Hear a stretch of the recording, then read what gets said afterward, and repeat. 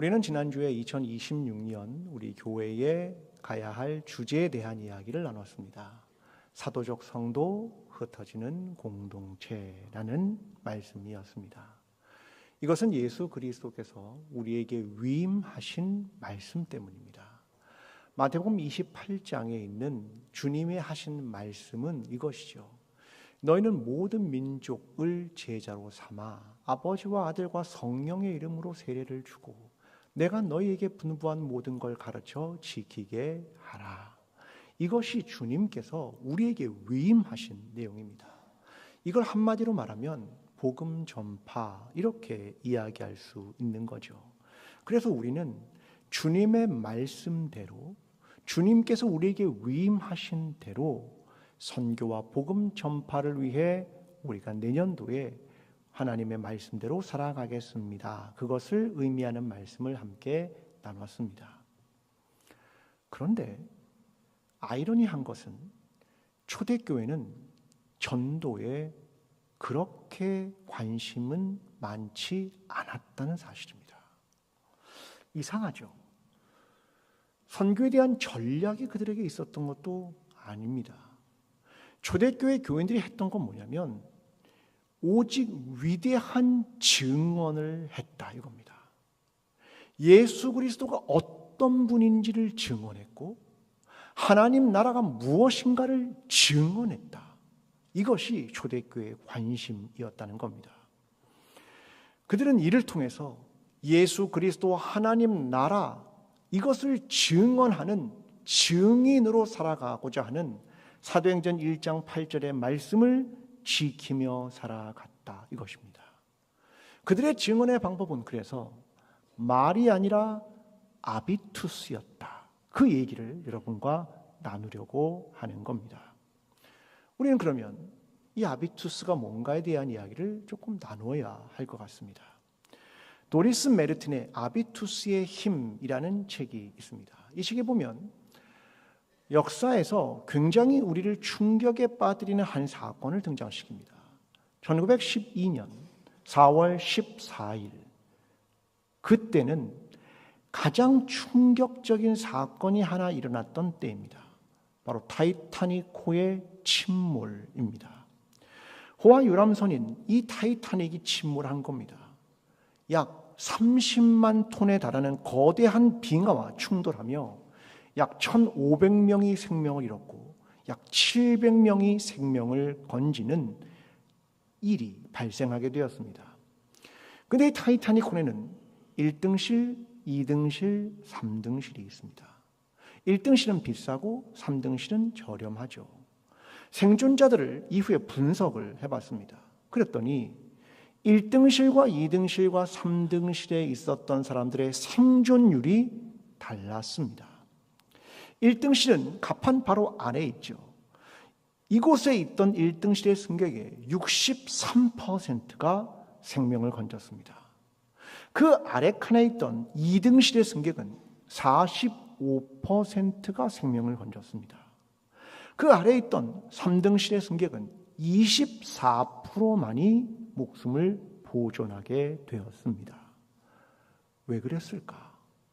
왜 1등실, 2등실, 3등실의 객실의 사람들의 생존율이 달랐을까? 그걸 생각해 봐야 되는 거죠. 여러분, 배에 물이 들어오면 어디부터 물이 차겠습니까? 배의 밑바닥부터. 그 위치는 3등실의 위치입니다. 그러니까 배에 물이 차오르면 사람들은 거기서 빠져나오기 위해서 긴 복도를 지나가야 하는데 이미 아수라장입니다. 그를 지나서 점점 위로 올라와 갑판까지 올라와야 구명보트가 있는 겁니다. 근데 그렇게 거치고 올라와도 이미 구명보트에 너무 많은 사람이 타고 있는 겁니다. 그래서 구명보트를 타기가 어려운 상황이 펼쳐진 겁니다. 그래서 생존율이 달랐다. 그 이야기를 하고 있는 겁니다. 그런데 이런 타이타닉호의 이야기가 오늘 우리의 사회에 똑같이 존재한다고 생각하지 않으십니까? 누군가는 1등실에 있고 누군가는 3등실에 있는 것처럼 말입니다. 모두가 생존을 위해 필사적으로 살아가지만 이미 출발선이 다릅니다. 부자는 더 부자가 되고 가난한 사람은 더 가난하게 되는 것. 이것이 오늘 우리가 살아가는 한국 사회라고 생각하진 않으십니까? 그런데 우리는 그리스도인이며 교회입니다. 이러한 사회가 보여주는 것과 다르게 살아가야 하는 것이 그리스도인과 교회입니다. 우리는 어떠한 질서와 어떠한 태도와 어떠한 방법으로 살아가야 할 것인가? 이걸 고민하는 사람들입니다. 우리는 우리의 삶을 통해 예수 그리스도를 증거하는 사람이고 하나님 나라의 질서와 태도와 삶의 방법은 이것이다 라는 것을 보여주는 사람들이라는 말입니다. 우리가 예수 그리스도와 하나님 나라를 세상 속에 투영하지 않으면, 반영하지 않으면 복음을 전할 수 없다는 얘기입니다. 이것을 그대로 보여주는 사건이 오늘 본문에 등장하는 초대교회의 이야기입니다. 오늘 본문은 초대교회의 삶을 요약해서 기록하고 있습니다.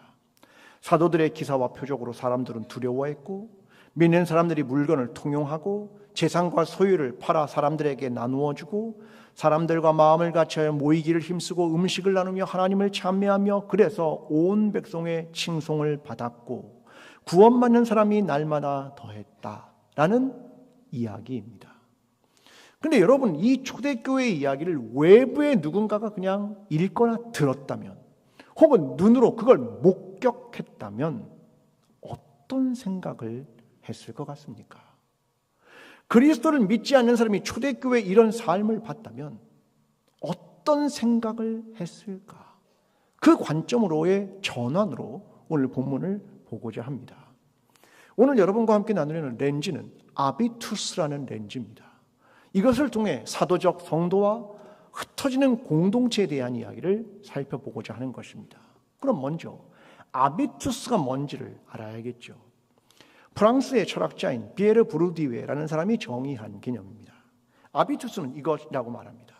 아비투스는 타인과 나를 구별짓는 취향, 습관이자 사회문화적 환경에 따라 결정되는 제2의 본성이다. 좀 어렵죠? 제가 이걸 조금 더 쉽게 이야기하겠습니다. 사람은 사회문화적 환경에 따라 영향을 받게 되는 거죠.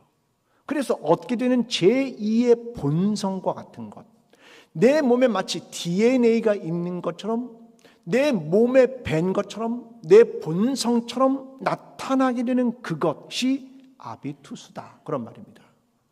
어떤 일이 찾아오면 우리는 본성적으로, 본능적으로, 반사적으로 어떤 것을 반응하지 않겠습니까? 이걸 고민하거나 생각하거나 해야 되나 이런 거 아니고 그냥 내 안에 본성이니까 탁 튀어나온 그것을 아비투스라고 말하는 겁니다. 그런데 다른 사람과 구별짓는 바로 그것이 사람에게 있다. 그게 뭐냐면 아비투스다, 그런 말입니다. 자, 그러면 이 아비투스가 무엇인가? 초대교회는 어떤 아비투스를 가지고 그들의 삶을 살아냈고 그들이 그리스도인과 교회로 어떤 본성과 같은 일을 했는가, 그걸 알아보면 좋겠다, 그런 말입니다. 자, 그러면 이런 생각을 가지고 이제 이야기를 시작합니다. 먼저 오늘 본문 43절의 이야기입니다. 사람마다 두려워하는데 사도들로 말미암아 기사와 표적이 많이 나타나니. 자, 요약을 할 때 가장 첫 번째 얘기하는 것이 뭐냐면 사람마다 두려워하는데, 이 말입니다. 그들이 두려움을 가졌다라는 거죠. 무엇 때문에요? 사도들의 기사와 표적 때문에. 그들은 왜 두려움을 가졌을까? 사도들의 기사와 표적 때문에. 근데 이 두려움에 대한 이야기를 실제적으로 보여주는 이야기가 사도행전 5장에 등장합니다. 바로 아나니아와 삽비라에 대한 얘기입니다. 아나니아와 삽비라 부부가 바나바라는 한 사람의 행동을 봤습니다. 자기 밭을 팔아서 사도들의 발 앞에 두는 걸 봤습니다. 정말 멋져 보였습니다. 사람들은 감동했고 사람들은 그를 칭송했습니다. 그러자 아나니아와 삽비라 부부가 그를 흉내내기 시작합니다. 얼마를 감추고 사도들의 발 앞에 둡니다. 그때 베드로가 사도행전 5장 3절에서 이렇게 말합니다. 아나니아야, 어찌하여 사탄이 내 마음에 가득하여 내가 성령을 속이고 땅값 얼마를 감추었느냐? 사람에게 거짓말한 것이 아니요 하나님께로다. 베드로가 하는 얘기는 아나니야, 내가 성령을 속이고 네가 하나님께 거짓말을 했다, 그렇게 말합니다. 그 결과 5절, 아나니아가 이 말을 듣고 엎드려져 혼이 떠나니 이 말을 듣는 사람들이 다 크게 두려워하더라. 사람들이 두려워했습니다. 아나니아가 죽었기 때문입니다. 다 크게 두려워하더라. 사도들의 기사와 능력으로 두려워했다는 말입니다. 그런데 조금 있다가 안에 삽비라가 들어옵니다. 그때 베드로가 5장 9절에 이렇게 말합니다. 베드로가 이르되 너희가 어찌 함께 꾀하여 주의 영을 시험하려 하느냐? 너 왜 주의 영을, 성령을 시험하느냐? 그리고 그 자리에서 즉사합니다. 결과적으로 5장 11절은 이렇게 말합니다. 온 교회와 이 일을 듣는 사람들이 다 크게 두려워하니라. 교회 내부도, 이걸 듣는 외부의 모든 사람들도 다 크게 두려워했다, 그런 말입니다. 여러분, 참 이상합니다. 초대교회가 선교를 하려고 한다면 이걸 요약할 때 첫 번째 내용은 이렇게 나와야 됩니다. 그들은 사랑했다. 그런데 요약하는 이 부분의 첫 번째 내용이 이겁니다. 사람마다 두려워하는데. 여러분, 전도하려면 문구를 어떻게 써야겠습니까? 여러분, 전도지 받아보셨습니까? 첫 번째 문구가 뭡니까? 하나님은 사랑이십니다. 우리는 사랑, 은혜, 평화 이런 얘기를 해야 하는 거죠. 그래야 전도가 된다고 생각하기 때문입니다. 그런데 초대교회의 첫 번째 이야기는 그게 아니라 사람마다 두려워하는데, 초대교회 성도들이 예수 그리스도의 대위임 명령으로 제자가 되고 제자를 삼아야 하는 거였습니다. 예수님 말씀대로 예수 그리스도의 증인이 되어야 되는 겁니다. 이게 그들이 위임받은 내용입니다. 제자가 되고 증인이 된다, 이것입니다. 그들의 삶이 어땠냐? 그게 그 안의 핵심이라는 말입니다.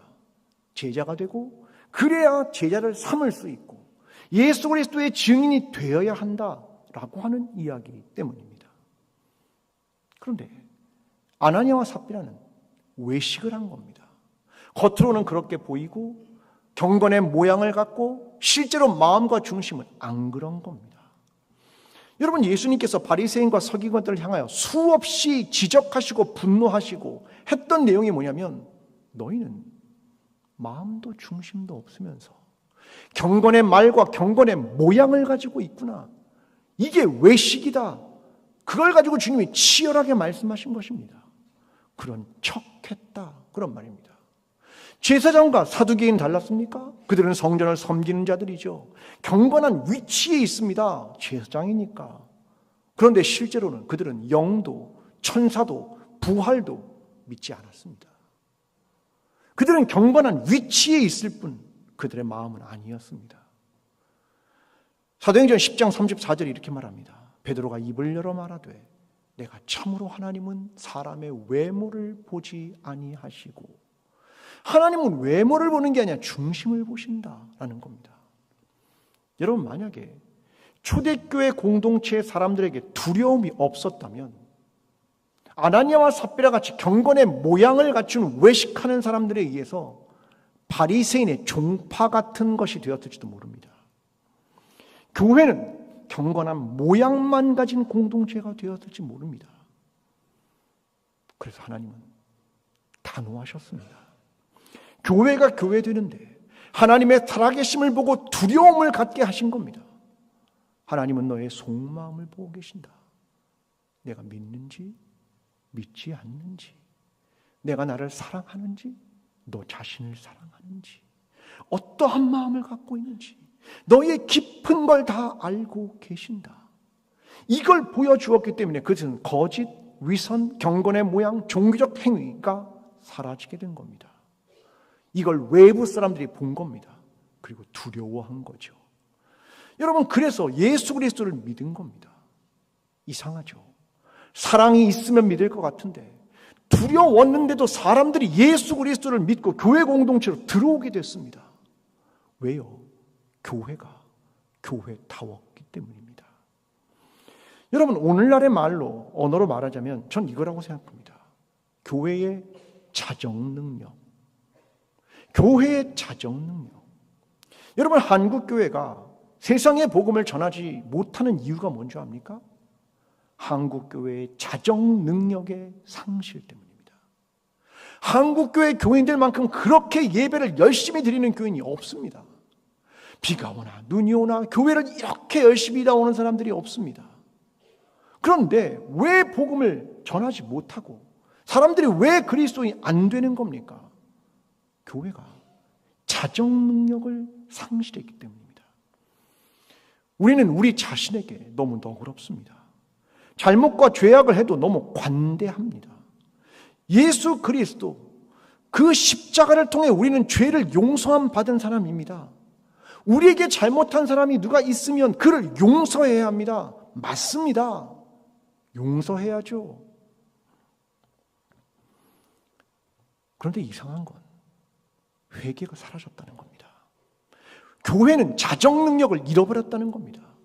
죄를 지어도 무감각하다는 겁니다. 죄가 두렵지도 않은 겁니다. 덮으려는데 급급합니다. 세상이. 근데 교회도 똑같습니다.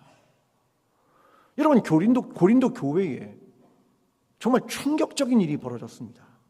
어떤 사람이 아버지의 아내와 음행을 했습니다. 말이 됩니까? 아버지의 아내와 음행을 했습니다. 근데 성도들이 아무 말도 안 합니다. 다 침묵합니다. 그때 바울이 말합니다. 고린도전서 5장 2절. 그리하고도 너희가 오히려 교만하여져서 어찌하여 통한이 여기지 아니하고 그 일 행한 자를 너희 중에 쫓아내지 아니하였느냐. 너희가 그러한 잘못과 죄악을 알고 있는데 통탄하게 여기지도 않고 그를 제거하지도 않고 질책하지도 않고 왜 그냥 두느냐. 고린도 교회가 하나님에 대한 두려움을 잃어버렸기 때문입니다. 여러분, 교회가 자정 능력을 잃어버리고 세상과 같거나 세상보다 못하다면 여러분, 우리가 전하는 예수 그리스도를 외부에 있는 사람이 믿으시겠습니까? 하나님 나라를 어떻게 설명하시겠습니까? 우리가 거룩을 지켜내지 못하면, 죄와 잘못에 대해 단호하지 않다면, 교회에서 있는 이런 일들이 있다면 외부 사람들이 이렇게 말하겠습니까? 역시 하나님은 사랑이셔.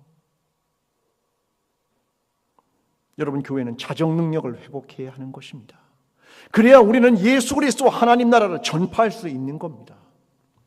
1907년은 한국교회에 대단히 중요한 역사적 획을 긋는 한 사건이 벌어집니다. 바로 평양 대부흥운동이 바로 그것입니다. 그 기초가 뭐였냐면, 이 대부흥운동의 기초가 뭐냐면 회개와 영적 각성이었습니다. 1903년 원산에서 로버트 하디라는 선교사가 작은 성경 공부 모임에서 내내 울었습니다. 그리고 선교사들 앞에서 공개적으로 자신의 잘못을 통회했습니다. 자신은 백인으로서 인종적 우월감을 가지고 있었습니다. 한국 교인들 정말 유치하고 저 아래에 있다고 생각했습니다. 난 백인이니까 인종적 우월감을 가졌습니다. 나는 의사였는데 신분적 교만함을 가졌습니다. 나는 의사잖아. 이런 생각을 가졌습니다. 난 성령 충만 없이 온 사역을 한 것입니다. 그런 일들을 했습니다. 라면서 회개를 시작했던 것이 평양 대부흥운동의 기폭제가 된 겁니다. 그래서 모든 그리스도인들이 나와서 자신의 삶을 회개합니다.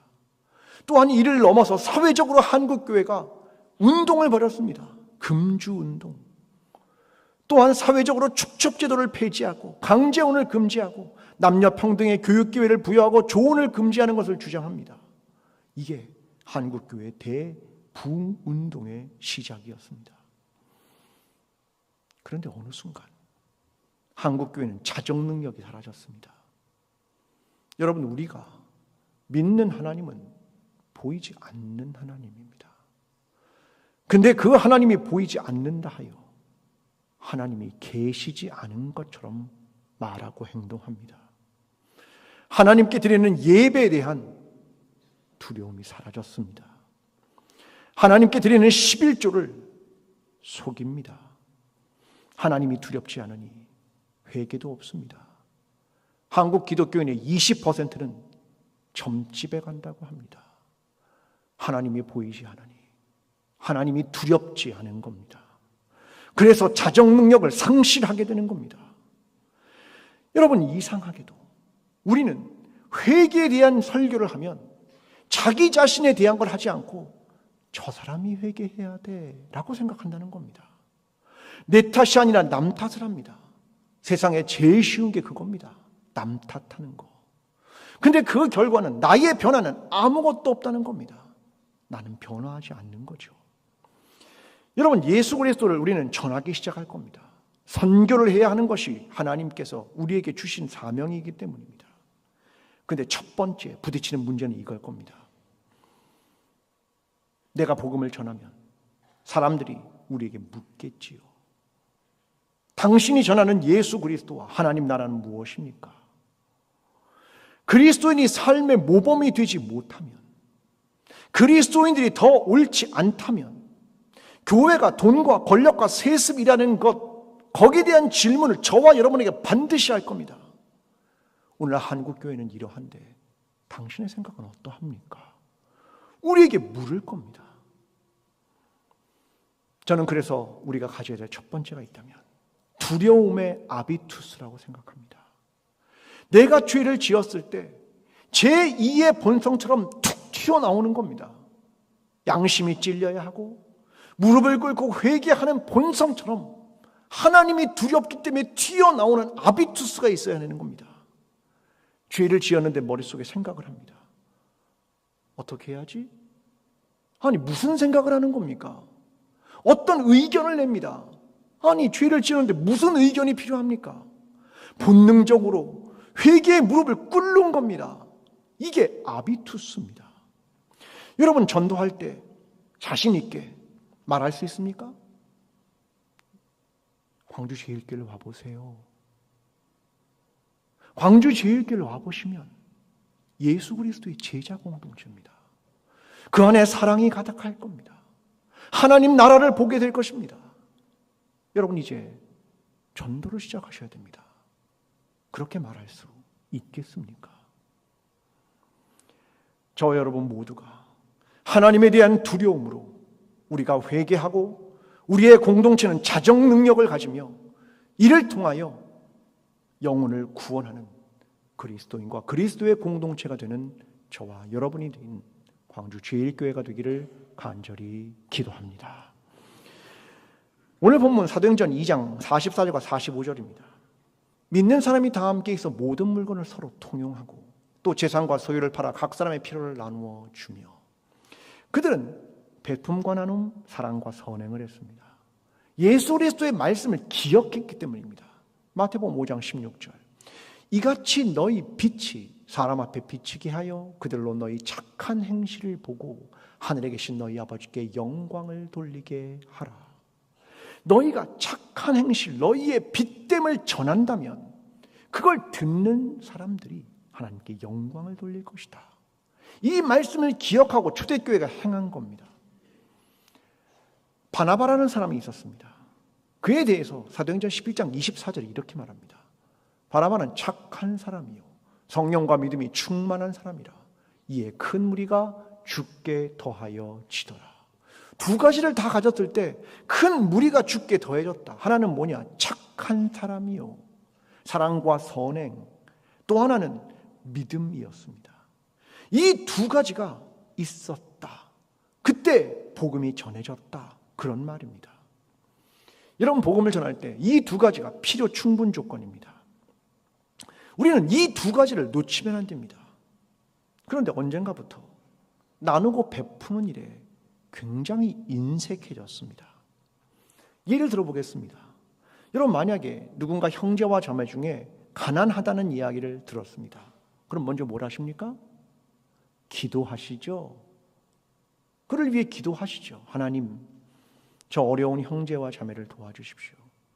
그를 가난으로부터 벗어나게 해주십시오. 이건 하나님의 개입을 간구하는 기도이고 좋은 신앙적 태도입니다. 그런데 그때 갑자기 내 마음속에서 하나의 목소리가 들립니다. 너는 너의 궁핍한 이웃, 형제 자매를 어떻게 도우려느냐. 그 목소리가 갑자기 마음 저 깊은 곳에서 확 들어옵니다. 여러분 그럼 어떻게 하십니까? 그럼 어떻게 하십니까? 빨리 기도의 자리를 떠나서 가야 되는 겁니까? 내 마음속에 있는 그 확 억누르고 아닐 거야 그러고 가지는 않으십니까? 여러분 사도 요한이 이렇게 말합니다. 요한일서 3장 17절과 18절. 누가 이 세상의 재물을 가지고 형제의 궁핍함을 보고도 도와줄 마음을 닫으면 하나님의 사랑이 어찌 그 속에 거하겠느냐. 자녀들아, 우리가 말과 혀로만 사랑하지 말고 행함과 진실함으로 하자. 너희가 선을 행할 때 희생과 손해 없이 도울 수 있느냐? 여러분, 누군가를 도울 때 내 희생과 손해 없이 도울 수 있습니까? 지갑을 여는 일 없이 선행을 할 수 있습니까? 내 은행 잔고를 지키면서 나눔을 할 수 있습니까? 가능한 일입니까? 아니요. 희생과 손해 없이 가능하지 않습니다. 하나님이 예수 그리스도가 이 땅에 오셨습니다. 십자가를 지셨습니다. 희생과 손해 없이 우리가 구원을 받았습니까? 아니요. 불가능합니다. 히브리서 기자가 10장 23절과 24절에 이렇게 말합니다. 또 약속하신 이는 미쁘시니 우리가 믿는 도리의 소망을 움직이지 말고 굳게 잡고 서로 돌아보아 사랑과 선행을 격려하며. 너희가 믿음의 도리를 굳게 잡고 서로 돌아보아 사랑과 선행을 격려하라. 이게 우리에게 주시는 말씀입니다. 여러분, 추수감사절이 다음 주로 돌아왔습니다. 우리 교회는 추수감사절에 몇 가지 일을 합니다. 먼저 저와 여러분이 드린 봉헌은 교회 내부를 위해 사용하지 않고 우리의 이웃 외부로 다 나갑니다. 어려운 이웃에게 전달될 겁니다. 가난한 사람들에게, 도움이 필요한 사람들에게 다 나눠질 겁니다. 이게 우리 교회가 하고 있는 일들입니다. 우리를 위해 사용하지 않습니다. 우리가 부족하다고 하여 다시 이걸 안으로 돌리지 않습니다. 왜요? 예수 그리스도가 우리에게 가르치신 것이 사랑과 선행을 격려하고 가난한 자들을 돌보는 것인데 우리 자신을 위해 쓰지 않겠다는 겁니다. 우리 교회 헌금 중에 절기 봉헌 중에 추수감사절 봉헌이 제일 큽니다. 그걸 당회가 제일 큰 헌금을 외부로 나가도록 한 겁니다. 그래서 부활절 헌금과 추수감사절 헌금 제일 큰 거 두 개가 외부로 나가는 겁니다. 왜요? 이게 복음의 실천이기 때문입니다. 또 하나는 캔을 가지고 오는 겁니다. 그게 오래 보관할 때 유용하기 때문입니다. 어려운 사람들에게 나눠주기 위해서 캔을 가지고 오는 겁니다. 여러분, 많이 가져올 생각하지 마시고 한 개, 두 개는 가져올 생각을 하셔야 됩니다. 점점 캔을 안 가져옵니다. 가져오십시오. 왜요? 사랑과 선행을 격려해야 하기 때문입니다. 세 번째는 헌옷을 모으는 겁니다. 오늘 나가실 때 봉투를 드릴 겁니다. 그 봉투에 헌옷을 넣어서 가져오십시오. 부탁인 것은 빨아서 가져오십시오. 잘 넣어가지고 가져오십시오. 여러분, 그걸 어디 주냐면 굿윌 스토어에 줍니다. 근데 굿윌이라는 말이 무슨 말이냐면 선의, 그런 말입니다. 철로 역정에서 선의라는 사람이 등장하죠. 네, 기억하시죠? 네. 기억이 안 되는 것 같습니다. 크리스천이 좁은 문을 들어갈 때 문을 열어준 사람이 누구냐면 선의입니다. 굿윌입니다. 여러분, 저는 교회 공동체와 그리스도인이 가져야 될 게 뭐냐면 나눔의 아비투스여야 한다고 생각합니다. 이게 착한 행실과 사랑과 선행입니다. 여러분, 사랑과 나눔, 선의라고 하는 게 제2의 본능처럼 툭 튀어나와야 됩니다. 가난한 사람을 봤을 때 지갑에 손이 쑥 가야 되는 겁니다. 내 양심이 움직여야 되는 겁니다. 하나님의 말씀이 내 마음을 강타해야 되는 겁니다. 마치 본성처럼 말입니다. 이게 아비투스입니다. 저와 여러분이 생각하지 않습니다. 줘야 되나? 얼마를 줘야지? 얼마 하면 얼마 남지? 이런 생각을 하지 않고 본성처럼 튀어나오는 겁니다. 저와 여러분이 예수 그리스도를 믿을 뿐 아니라 동시에 가난한 자들을 향한 나의 삶, 나눔, 선의 이런 아비투스를 가지고 살아갈 때 예수 그리스도가 증거되고 하나님 나라가 전파될 수 있는 겁니다. 오늘 저와 여러분 그리스도의 공동체가 예수 그리스도의 증인으로 하나님 나라를 이 땅에 투영하는 나눔의 아비투스를 가지고 살아가는 저와 여러분이 되기를 간절히 기도합니다. 예전에 설교학 교수님이 설교학 시간에 했던 얘기입니다. 제가 여러분에게도 몇 번 얘기했던 해죠. 설교란 이런 것이다 라고 했던 말입니다. 내용은 이겁니다. The message is the messenger. 설교의 메시지는 메신저 자신이다 그런 말입니다. 설교자의 인격과 삶이 설교 자체이다 그런 말입니다. 설교자가 그렇게 살아내지 못하면 당신의 설교는 힘이 없을 것입니다 그런 말입니다. 그래서 목사는 설교를 준비하는 것도 힘들지만 그걸 살아내는 데 많은 시간을 써야 하는 겁니다. 왜냐하면 설교 자체에 힘이 없기 때문입니다. 만약 그렇게 설교하고 그렇게 살지 못한다면 영화의 한 대사를 여러분이 속으로 저에게 하실 겁니다. 너나 잘하세요. 왜요? 그렇게 살지 못하기 때문입니다. 그런데 우리가 선교하는 순간 이 설교와 회중의 구도가 그대로 선교 현장으로 움직일 겁니다. 여러분 설교자의 자리에 가게 될 겁니다. 복음을 전하겠죠? 그건 메시지입니다. 예수 그리스도 하나님 나라를 메시지로 전하게 될 것입니다. 이렇게 말하겠죠. 예수님 믿으세요.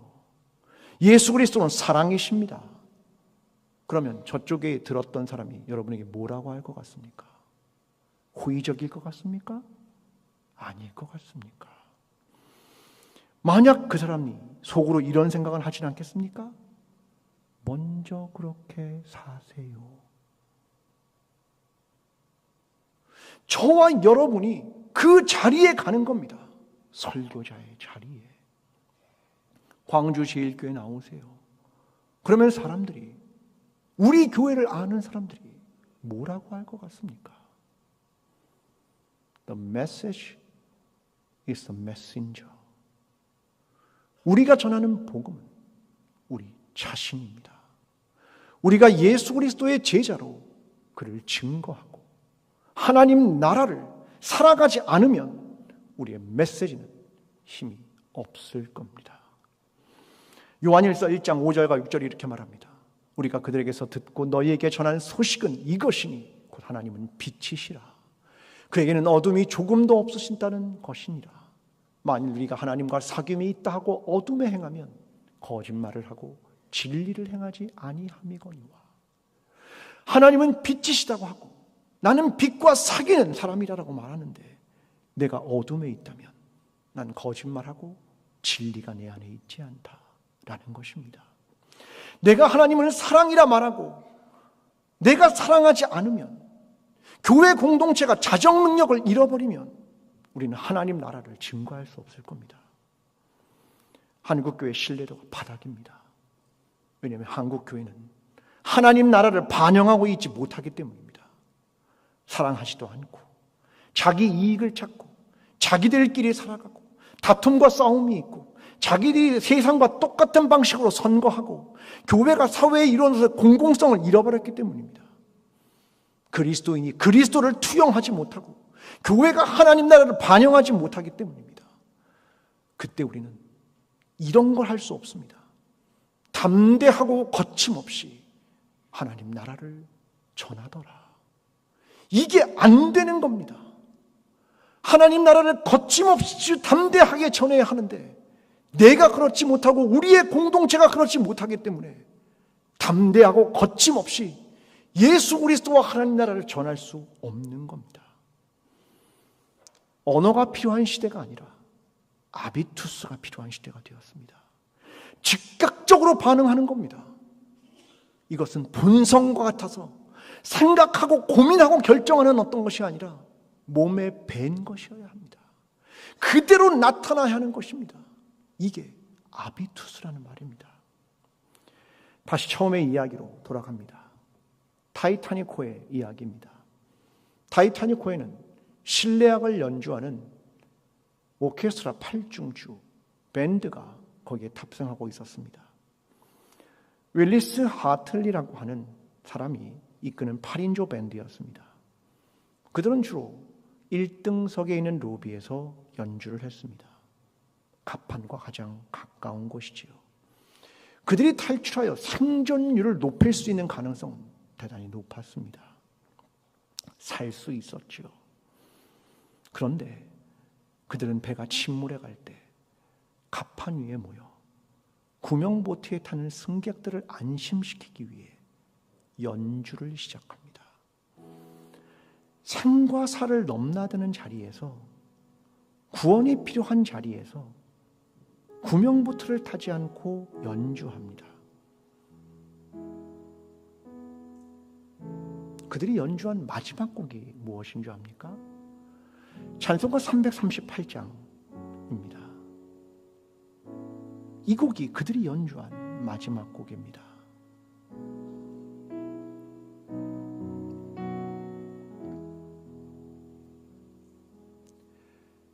내 주를 가까이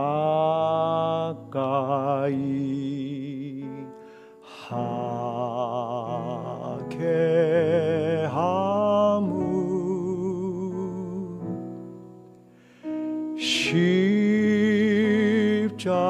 십자가 짐 같은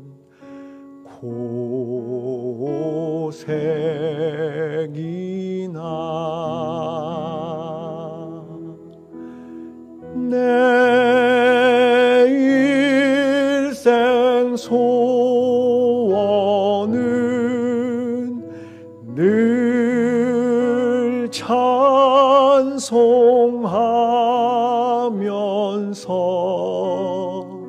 주께 더 나아가기 원합니다.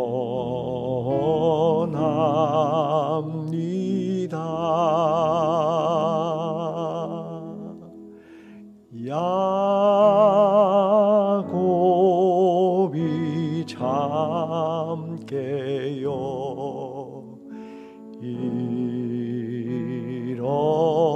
일어난 후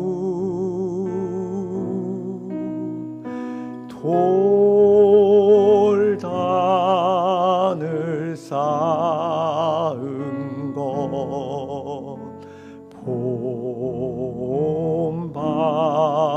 본받아서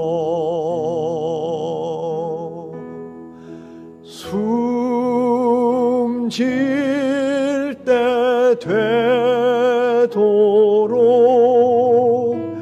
늘 찬송하면서 주께 더 나아가기 원합니다.